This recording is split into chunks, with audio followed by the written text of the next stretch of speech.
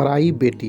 वो आज भी रोज़ शाम को मेरे स्टॉप पर जाते हैं और मेरे वेट करते हैं, जहाँ से मैं और वो रोज़ शाम को एक साथ घर जाते थे।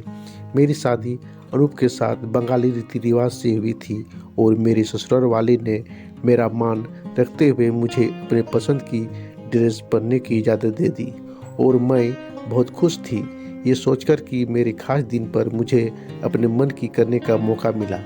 मैंने भी उनके हर रीति रिवाज को सर आंखों पर लिया और डोली पहुँचते ही सारे रिवाज अच्छे से निभाए।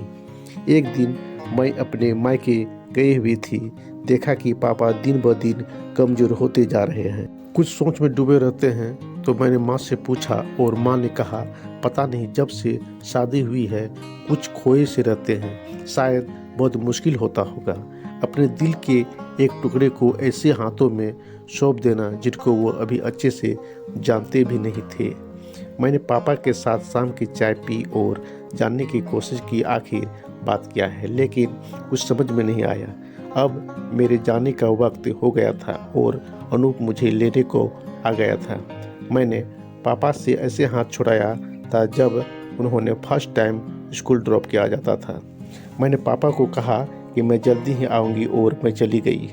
कुछ दिन के बाद मेरे चाचा का मेरा हालचाल लेने के लिए फ़ोन आया तो उन्होंने मुझे बताया कि मेरे पापा अभी तक ये एक्सेप्ट नहीं कर पाए कि मैं अब पराई हो गई हूँ और उनके साथ नहीं रहती। वो आज भी रोज़ शाम को मेरे स्टॉप पर आ जाते, जहाँ से रोज़ शाम को घर जाते थे।